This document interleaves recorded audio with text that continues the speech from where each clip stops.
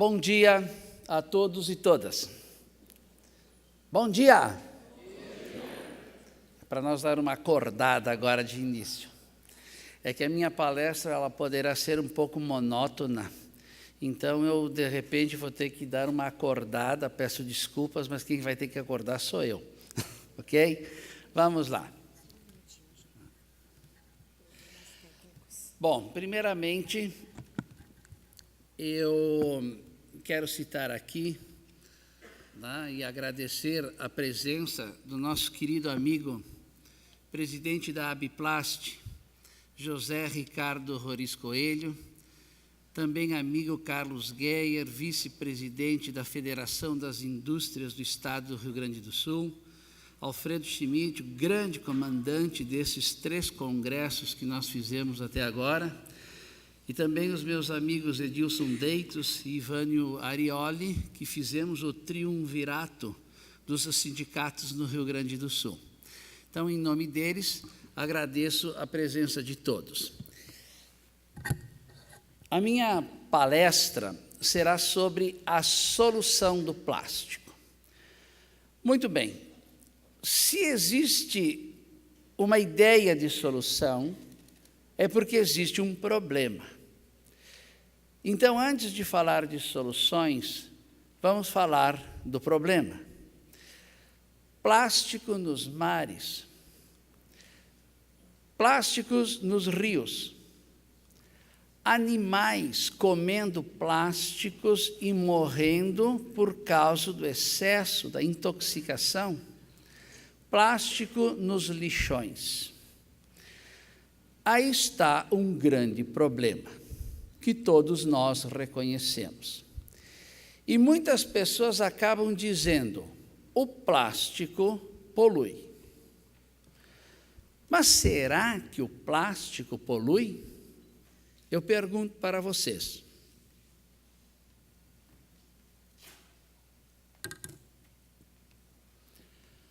A faca mata? Tentaram, mas não conseguiram. Certo? Ainda bem. A faca mata? No nosso raciocínio, a faca não mata. Quem mata são as pessoas. A faca ela é tão boa, mas tão boa, que todas as residências do mundo têm muitas facas. Então, ela foi feita para o bem. Se a faca foi feita para o bem, o plástico também. Se a faca não mata, e quem mata são as pessoas, então o plástico não polui. Quem polui são as pessoas. Mas por que usamos plásticos? Aonde está o bem? O bem está desde as embalagens de alimentos até a produção de órgãos humanos como o coração artificial.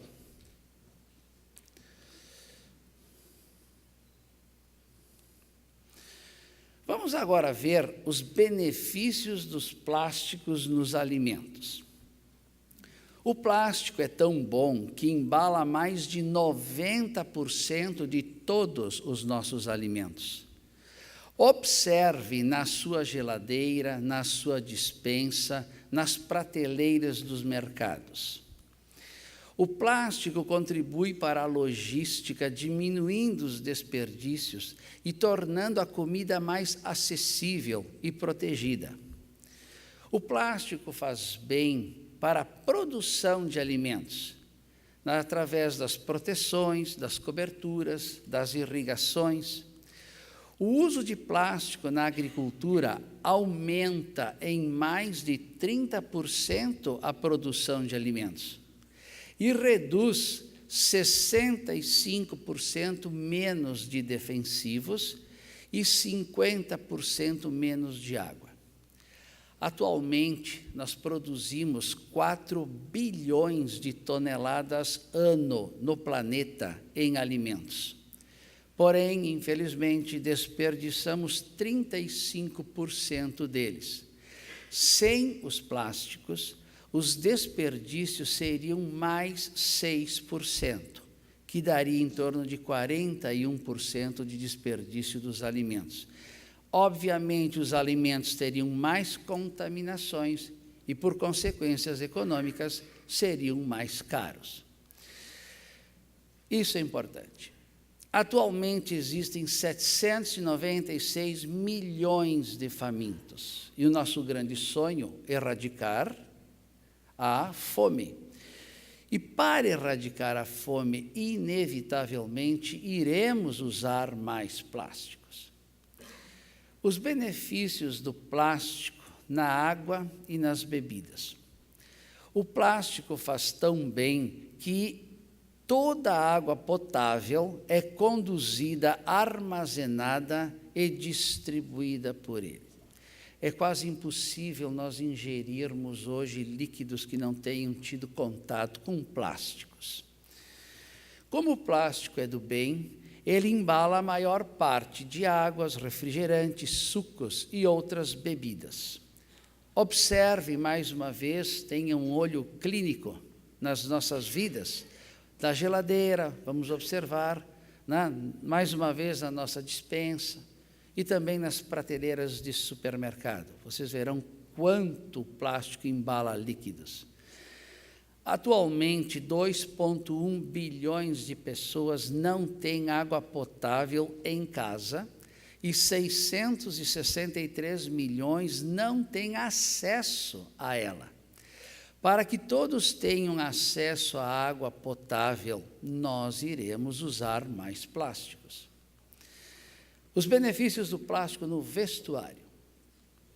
Atualmente, 58% dos tecidos e 82% dos calçados são de plásticos.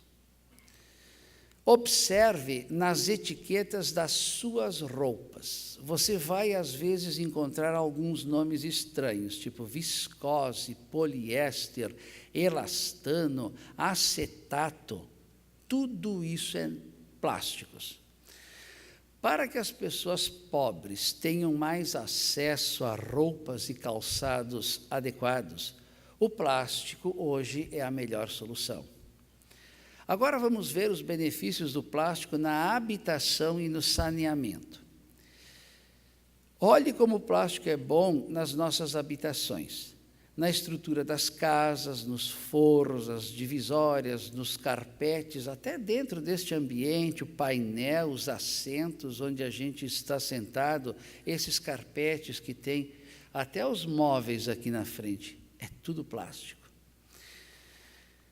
Também observem os nossos eletrodomésticos, o equipamento de proteções individuais, as utilidades domésticas, os nossos móveis que eu já citei anteriormente, a quantidade de matéria plástica que tem nesses produtos benéficos para nós.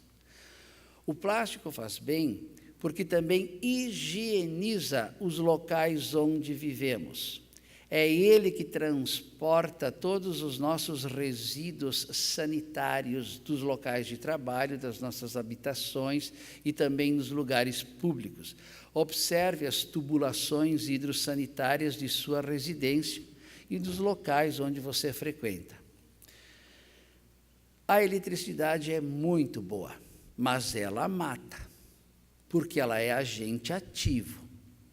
E nós precisamos isolá-la. E ela é muito boa. Observem a iluminação toda, o som que chega até vocês, é tudo conduzido pela eletricidade, mas ela tem que ser isolada. O plástico também é muito bom e nos protege, tornando seguro o uso da eletricidade. Observe o isolamento dos fios, os terminais elétricos, os dutos elétricos. Atualmente, 4,5 bilhões de pessoas não dispõem de saneamento seguro e 863 milhões vivem em favelas precárias. Para que todos tenham saneamento seguro e habitações dignas, utilizaremos mais plásticos. Agora vamos ver os benefícios dos plásticos nos meios de transporte. A maioria dos transportes de pessoas contém muito plástico. Observe nos automóveis, aviões, ônibus, trens, metrôs, até navios. Na realidade, hoje nós somos transportados encapsulados em plástico. O uso dos materiais plásticos nos meios de transporte trouxe benefícios como conforto, acessibilidade, leveza, segurança e redução do consumo de combustível. Não importa qual será a matriz energética dos transportes no futuro, se fala muito da eletricidade. Mas o que sabemos é que usaremos mais plásticos ainda na estrutura dos meios de transporte. O plástico é tão bom para as nossas vidas que ele está presente desde o início. Olha que bonito ali, cordão umbilical com clipe, os nenês em berços, que a maioria dos componentes são de plásticos. Então, o plástico, sim, é bom e está presente desde o início até o fim. Não concordam? Pois bem, vamos fazer uma pequena análise também do índice de desenvolvimento humano e o consumo de plásticos. Aqui nós temos uma tabela que mostra o seguinte: quanto maior for o valor do IDH, ou quanto mais alto for o IDH atualmente, menor é o percentual de população que consegue ter esta qualidade de vida. Obviamente, maior é a expectativa de vida, e o consumo de plástico per capita por ano é maior nas comunidades que possuem maior qualidade de vida. E o nosso grande sonho é fazer com que as pessoas de baixo índice de desenvolvimento humano, que hoje têm uma expectativa média de 57 anos, que essas pessoas comecem a ter melhor qualidade de vida. Então, nós não temos outra saída. Elas vão utilizar mais plásticos. Então, a gente faz uma pergunta: será que o uso de plástico auxilia positivamente no aumento do IDH e da expectativa média de vida? O plástico é um produto químico obtido a partir de moléculas formadas por átomos de carbono e hidrogênio. É uma matéria-prima muito abundante no planeta. Hoje, para terem um rápido entendimento, 98,5% dos plásticos são produzidos com 5% do petróleo e do gás que nós extraímos. E ele é não biodegradável. Mas nós também temos outras fontes para obter este carbono e hidrogênio. Nós temos os vegetais, como cana-de-açúcar, beterraba, milho, e também bactérias. Hoje, com os vegetais, produzimos 1,2% dos plásticos, mas não são biodegradáveis. E com vegetais e bactérias, produzimos 0,4% dos plásticos. Estes são biodegradáveis. Mas o que é a biodegradabilidade? O plástico biodegradável é aquele que biodegrada. Numa linguagem simples, apodrece em 6 meses, quando destinado à compostagem. Porém, nós temos que verificar o seguinte: 55% dos produtos que nós fizemos com plástico são bens duráveis, como para-choque de automóvel, tubulações de água. Esses não são biodegradáveis, mas são recicláveis. Esse é o grande questão. Então, nós não podemos colocar plásticos biodegradáveis numa tubulação de água, porque senão ele vai apodrecer em 6 meses. Então, nesses casos, para os bens duráveis, que bom que o plástico dura bastante. E 45% são produtos de uso único, onde 44,6% não são biodegradáveis, por causa da nossa produção, mas são recicláveis. E 0,4% são biodegradáveis. Mas, interessante, os biodegradáveis não são recicláveis. Eles só apodrecem, só usam uma vez e vão para a compostagem. Então, isso é para ter uma ideia que não dá para a gente ficar substituindo tudo quanto que é plásticos, e principalmente por biodegradáveis. E outra questão, os biodegradáveis custam 5 vezes mais que os degradáveis. Viram como o plástico é muito bom para as nossas vidas? Sim, ele é muito bom. Ok, mas o grande problema causado pelo acúmulo de resíduos. Então, vamos falar de resíduos. No Brasil, nós produzimos 81 milhões de toneladas ano de resíduos sólidos urbanos. Para terem uma ideia, nós consumimos 155 mil toneladas ano de sacolas e sacos plásticos para lixo. Parece uma montanha, mas na realidade representa só 0,2% de todos os resíduos. Então, para nós simplificar um pouco mais no quadro ao lado, nós temos a geração média per capita dia de cada um de nós.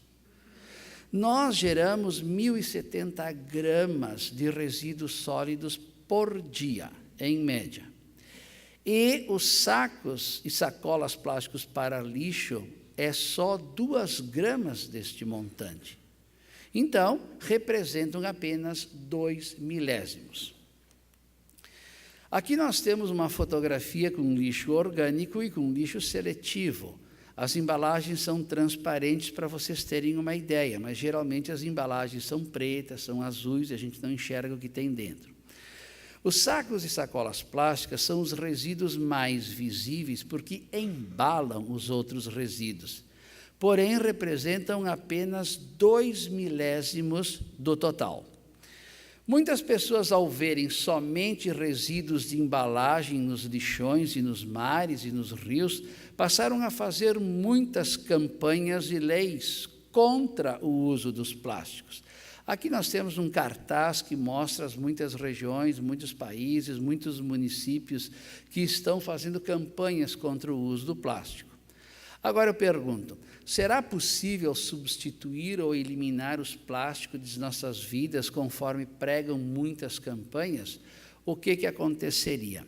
Nós fizemos uma análise onde a gente fez um comparativo e as consequências ambientais e econômicas na substituição ou eliminação dos plásticos.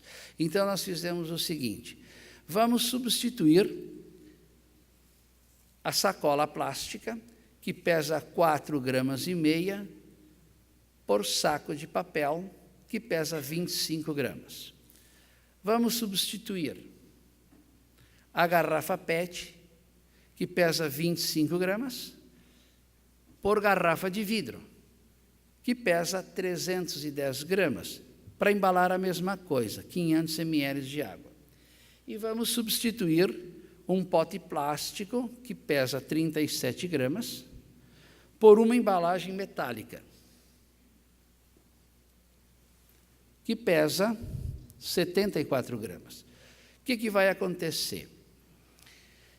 Aumento de recursos naturais de massa, tudo vai aumentar, nós vamos precisar de mais recursos naturais. Consumo elétrico na produção da embalagem, tudo vai aumentar, porque esses outros produtos exigem mais energia para a fabricação. Emissão de efeito estufa, todos esses outros produtos, na sua produção, emitem mais CO2. Consumo de combustível fóssil, uso de água. A fabricação desses outros produtos aumenta o uso de água. Consumo de combustível fóssil também vai ter aumento. E aí nós temos um comparativo na diferença dos preços das embalagens. Todos os outros custam mais caro. Então, nós temos um outro impacto que, além dos dados anteriores, a substituição dos plásticos por outros materiais aumentariam os custos ambientais anuais em 5,1% do PIB mundial. Isso impactaria diretamente os preços da maioria dos produtos no mundo. Ou seja, substituindo os plásticos por outros materiais, nós vamos ter aumento da emissão de CO2, recursos naturais, recursos energéticos, aumento dos custos ambientais e dos preços da maioria dos produtos. Agora vem o mais drástico. Consequências humanas na substituição ou eliminação dos plásticos. Primeiro, os 796 milhões de famintos aumentaria para mais de 1,3 bilhões de pessoas. Naturalmente, teríamos 6% menos de comida, então 6% da humanidade entraria na categoria dos famintos. Os 663 milhões de pessoas sem acesso à água potável aumentaria para mais de 1,1 bilhões de pessoas. Os 863 milhões de pessoas que vivem em subhabitações precárias e sem saneamento aumentariam para mais de 1,3 bilhões de pessoas. E a média do IDH e a expectativa média de vida também seriam afetados negativamente com o fim do uso dos plásticos.